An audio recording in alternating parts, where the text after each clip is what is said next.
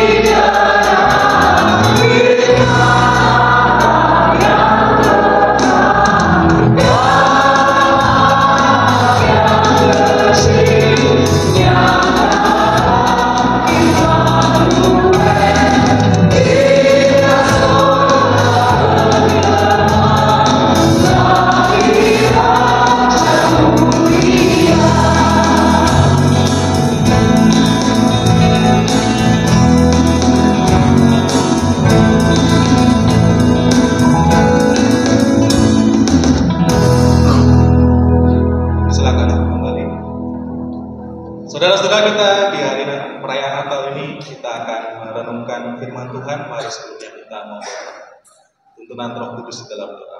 Kita berdoa. Bapa di dalam surga, kami bersyukur kepadamu. Petang ini Tuhan, kumpulkan kami anak-anakmu dari berbagai gereja, berbagai denominasi yang ada di Jatimuri dan sekitarnya ini. Dalam kesatuan hati kami mau datang kepadamu. Kami rindu untuk bersama-sama menjumpai Engkau ya Tuhan. Dan kini kami siap untuk bersama kembali merenungkan sabda-Mu. Di mana tanda kami akan menjumpai Engkau, mendengarkan apa yang menjadi kehendak Tuhan bagi kami semua, umat-Mu yang ada di Jatimuri dan sekitarnya ini. Kiranya Roh Kudus memperlengkapi dan memampukan kami semua dalam segala keterbatasan kami. Dalam Kristus Yesus Tuhan kami berdoa. Amin. Saudara-saudara, mari kita membaca firman Tuhan dari Injil Lukas 2 ayat 15 sampai 20 yang akan menjadi dasar pertemuan kita. Injil Lukas 2 ayat 15 sampai 20.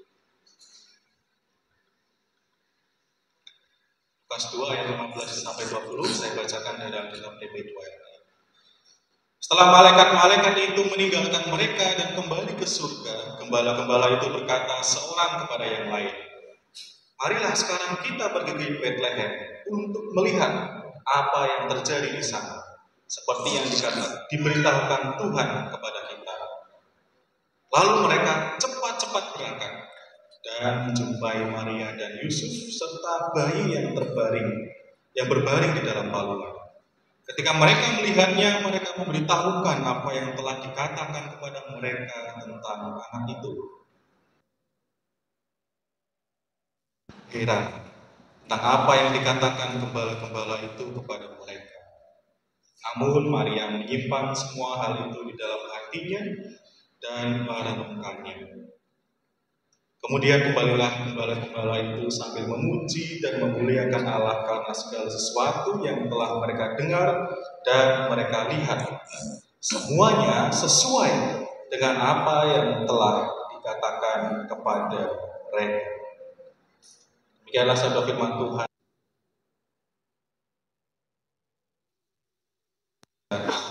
Dan pelihara sabda firman Tuhan dalam kehidupan sehari-hari. Bapak Ibu Saudara, selamat malam atau sore? Selamat malam. Shalom. Semangat hari ini. Saudara-saudara, hari ini kita akan bersama merenungkan firman Tuhan, namun kita akan diantar oleh teman-teman dari panitia melalui visualisasi. Mari kita saksikan bersama-sama.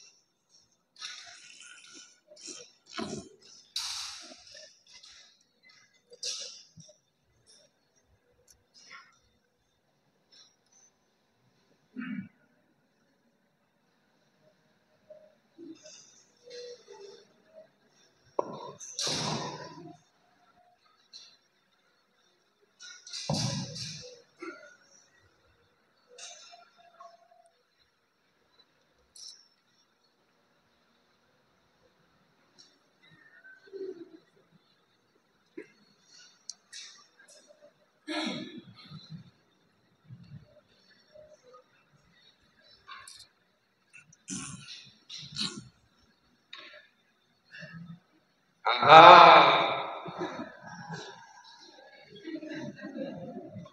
saudara-saudara, sudahkah mendengar berita itu?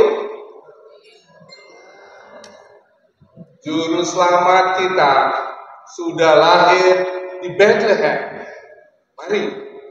Mari kita pergi ke sana.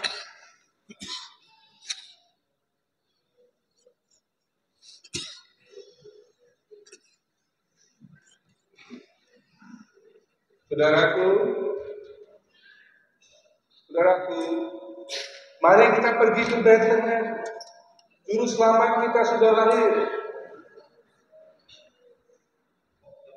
Ada apa ya? Mari kita pergi ke Bethlehem, menjumpai juru selamat kita. Oh ya. Mari, ayo Toh apa tadi? Kita pergi kemana? ke Bethlehem, menjumpai juru selamat kita. Aduh, deadline kerjaan saya banyak nih. Nanti sajalah kalau libur kerja. Sana. Oh, baiklah.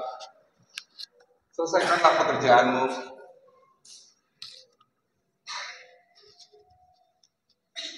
Saudara,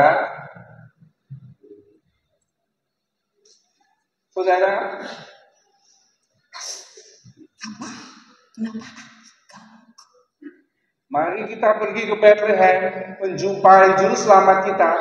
Ayo. Ini drakornya lagi nanggung, ongoing, lagi seru banget. Nanti aja ya kalau ceritanya udah habis. Oke, nanti. Ayo. No way. Oh, selamat menikmati drakormu.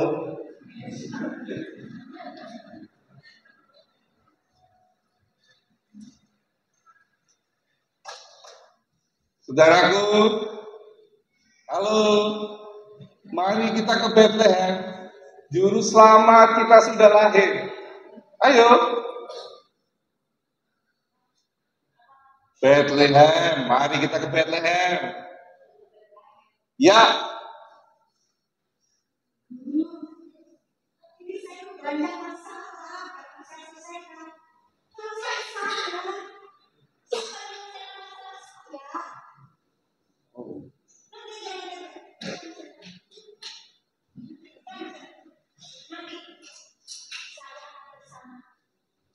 kalau masalah bagi saya.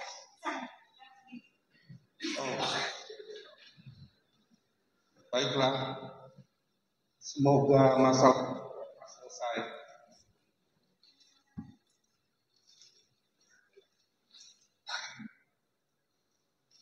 Ya, padahal juru selamat sudah lahir di Bethlehem. Mari, siapa yang terbeban datang ke Bethlehem. Namun, oke, baiklah, aku sendiri yang akan pergi ke Bethlehem. Mari kita pergi ke Bethlehem.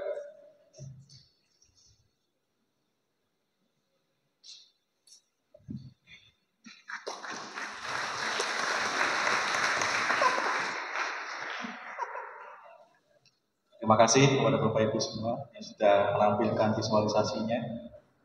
Bapak Ibu Saudara sekalian, kalau tadi kita menyaksikan visualisasi tadi, kalau misalkan Pak Gembala tadi mengajak Bapak Ibu Saudara menjumpai Tuhan Yesus di Bethlehem, kira-kira pada mau ikut atau tidak?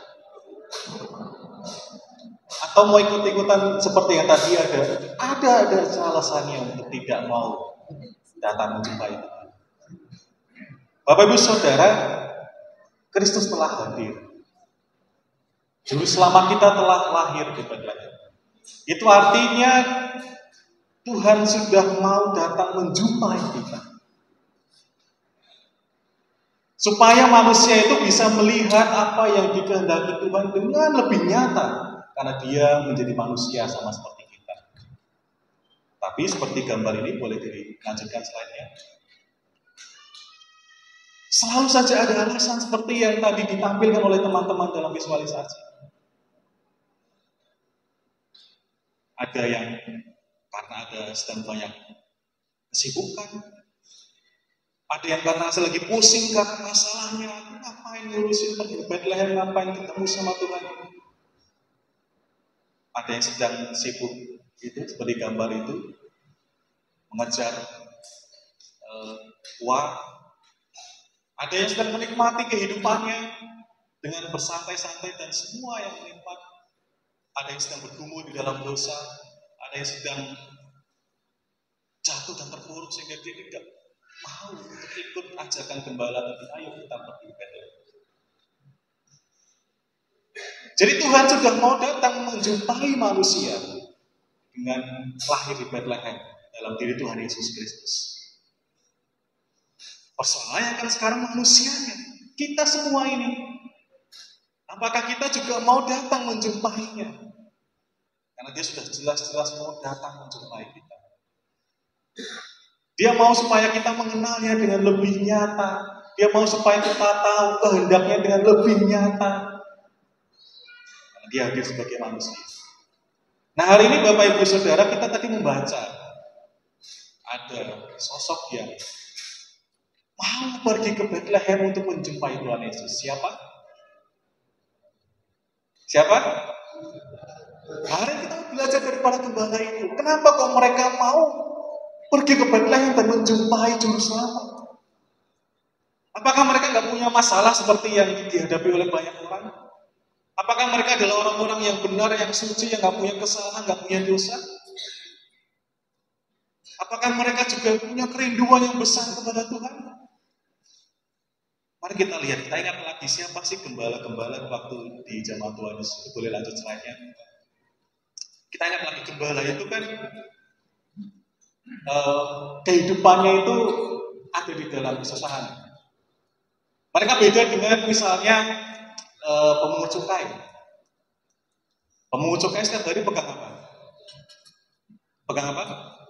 Pegang uang. Kalau gembala setiap hari pegang apa? Ya, pegang rumput, jerami, bahkan kadang kotoran ternaknya. Pemungut cukai dan mungkin profesi lain bisa tidur nyenyak di rumahnya. Tapi gembala harus mengembalakan kambing dombanya di padang. Jadi mereka, kalau dipikir mereka juga nggak nyaman-nyaman banget hidupnya. Mereka ada dalam kesusahan, kemiskinan. Bahkan ketika itu ya kita tahu gembala memang kelompok yang sangat. Dan yang kedua, mereka juga terasing dari masyarakat. Mereka hidup bukan sama tetangganya, lebih sering hidup.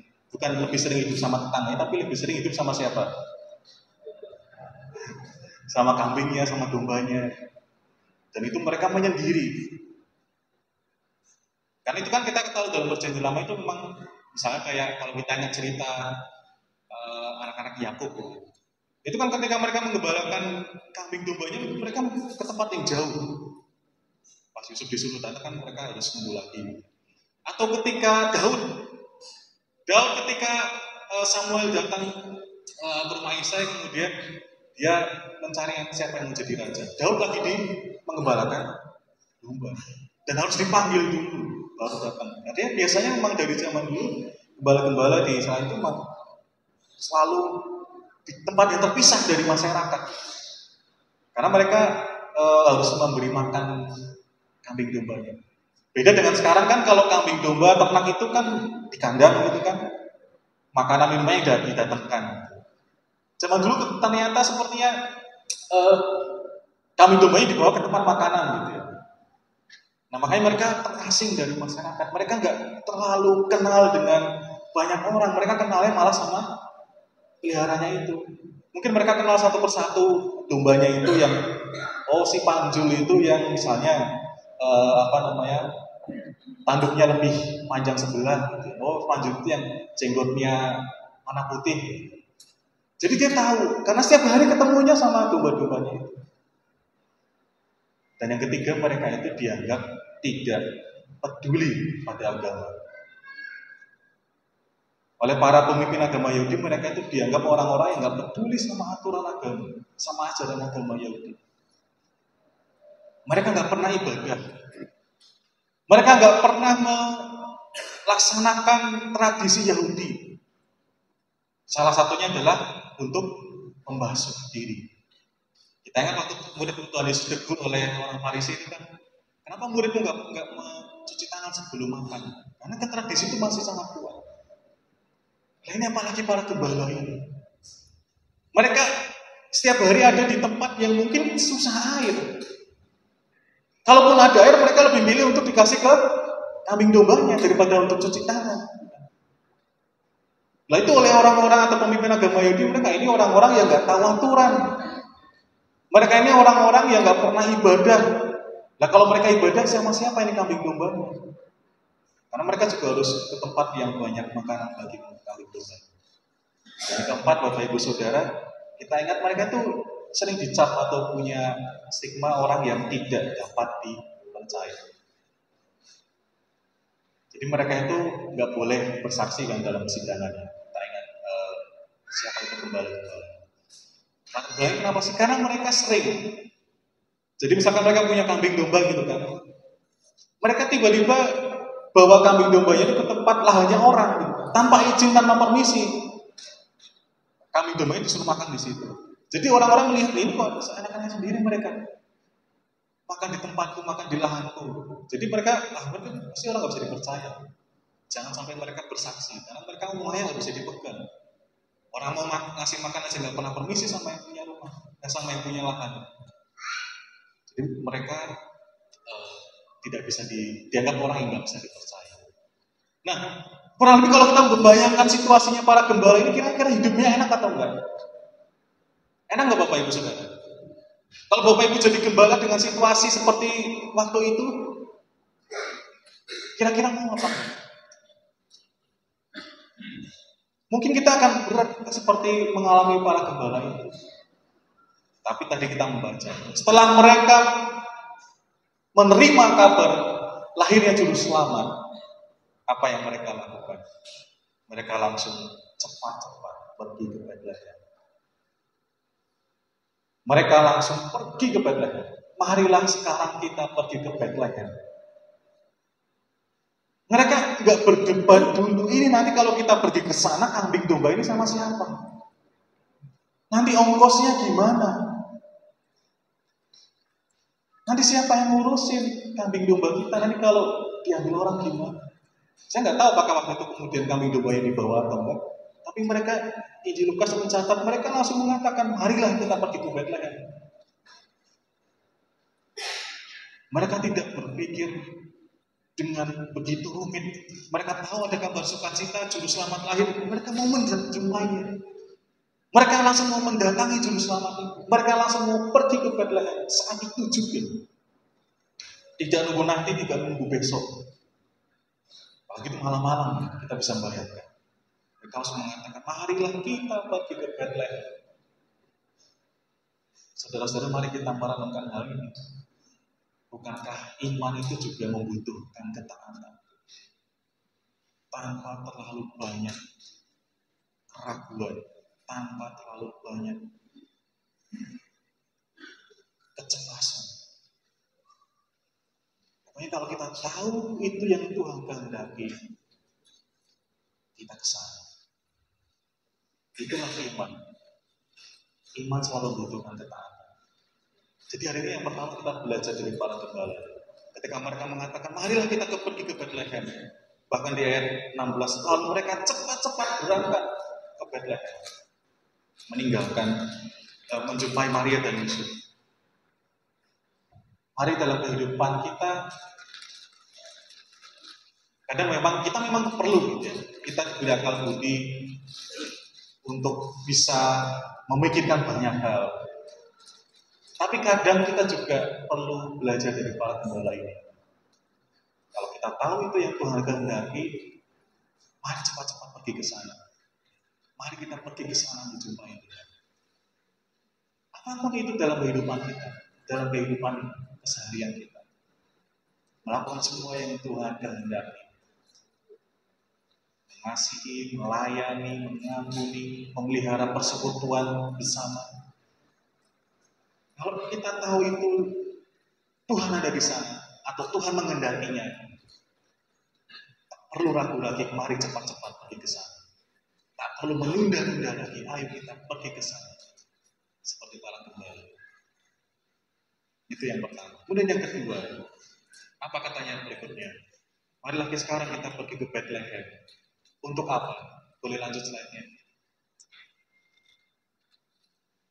Untuk melihat apa yang terjadi di sana. Untuk melihat apa yang terjadi di sana. Pernahkah kita membayangkan para gembala ini?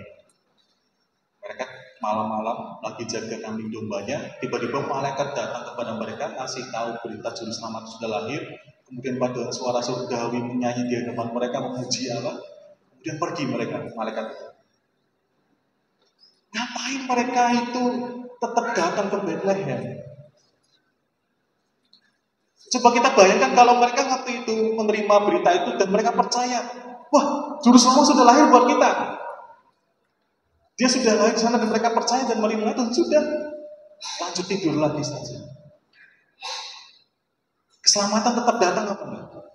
Tetap. Tuhan Yesus tetap lahir di Bethlehem, dia tetap bertumbuh besar, dia tetap menjalankan karyanya, dia tetap dikurbankan nantinya, tetap semua berjalan tanpa mereka pergi ke Bethlehem. Kalau mereka waktu itu habis malaikat pergi meninggalkan mereka dan mereka lanjut tidur dan mereka sudah tahu juru selamat sudah lahir, kita sudah diselamatkan, sebenarnya nggak ada masalah, nggak apa-apa juga kan kalau kita pikir-pikir. Juru selamat tetap lahir, keselamatan tetap diberikan, tapi mereka memilih untuk pergi ke sana. Mereka memilih untuk mendatangi juru selamat itu. Artinya apa? Mereka juga bukan hanya mau mendengar, bukan hanya mau menerima, tapi juga mau melihat sendiri. Untuk melihat apa yang terjadi di sana. Mereka juga mau mengalami sendiri perjumpaan dengan juru selamat. Mereka bukan hanya mau jadi orang yang katanya juru selamat sudah lahir, ya aku percaya dengan senang. Katanya juru selamat itu sudah hadir di tengah kita, ya aku senang. Bukan hanya seperti itu. Gembala-gembala ini dengan segala latar belakang yang tadi mereka melihat, aku juga pengen melihat sendiri. Aku juga pengen mengalami sendiri perjumpaan dengan juru selamat itu. Aku juga mau datang ke Bethlehem menjumpai. Saudara-saudara yang terkasih, mari kita merenungkan juga hal ini. Tentu kita selalu punya kerinduan untuk terus mengalami hadirat Tuhan. Itu yang perlu terus kita pelihara. Itu yang perlu terus kita tanamkan dalam hati kita. Aku juga pengen melihat, aku juga pengen merasakan hadirat Tuhan. Aku juga pengen mengalami Tuhan hadir bagi kita. Aku juga pengen mengalami perjumpaan dengan Tuhan. Kerinduan itu mari terus kita pelihara. Jangan kita puas dengan apa yang kita dengar dari orang lain. Mari kita juga terus berusaha mengalami dalam kehidupan sehari-hari seperti para gembala ini. Yang harusnya kalau mereka ke sana juga nggak ada apa-apa juga. Karena keselamatan tetap akan dijalankan. Tapi ini adalah mereka yang gembalanya yang mau tetap menjumpai Tuhan. Mari kita juga dalam hidup sehari-hari terus pelihara kerinduan kita. Saat kita sedang menghadapi pergumulan, saat kita sedang menghadapi suatu persoalan, atau bahkan saat hidup kita penuh dengan kelimpahan, kita terus mau jumpai Tuhan. Kita terus mau merasakan Tuhan itu hadir dalam setiap susah maupun senang. Makna Natal yang sejati adalah ketika Tuhan mau hadir secara nyata bagi manusia. Dan ketika kita juga mau menjumpainya, mau melihatnya, mau merasakan perjumpaan dengannya, mau mengalaminya, disitulah makna Natal hadir dalam kehidupan kita. Kristus nyata telah hadir dalam kehidupan kita. Saudara-saudara yang terkasih, boleh lanjut slide-nya. Hari ini mari kita merenungkan bersama. Tuhan Yesus telah hadir. Kita semua Orang percaya selalu mempercayainya, tidak ada keraguan. Dia lahir, dia hadir menjadi manusia. Itu Tuhan yang mau datang untuk menjumpai kita. Tinggal kita, apakah kita juga mau datang menjumpai? Seperti tema hari ini, marilah kita pergi ke Bethlehem. Bethlehem di sini bukan hanya tentang lokasi di mana Tuhan Yesus hadir, bukan juga tempat gerejanya Pak Pendeta Adrian Solencang GPD Bethlehem. Tapi Bethlehem adalah tempat di mana Kristus hadir, mewujud nyata. Mari kita pergi ke sana juga. Mari kita segera sadari. Kita menyadari seperti visualisasi tadi. Ada banyak hal kok yang membuat kita tuh tidak mau menjumpainya. Yang kayak menarik-narik kita, janganlah, nggak usah ke sana, nggak usah ketemu sama Tuhan. Enakan juga di sini menikmati kehidupan ini. Ngapain ke sana? Masalahmu juga belum selesai. Ngapain ketemu sama Tuhan? Nih kerjaanmu belum selesai. Dan begitu banyak hal lagi yang bisa menghalang kita, menghambat kita untuk mengalami perjumpaan dengan Tuhan. Sadari itu dulu. Pertama sadari dulu bahwa ini sepertinya menghambat aku untuk menjumpai. Yang kedua baru kita kelola dengan baik. Supaya kita tetap bisa datang kepada-Nya. Kalau memang itu hal yang perlu kita buang dalam kehidupan kita, buanglah.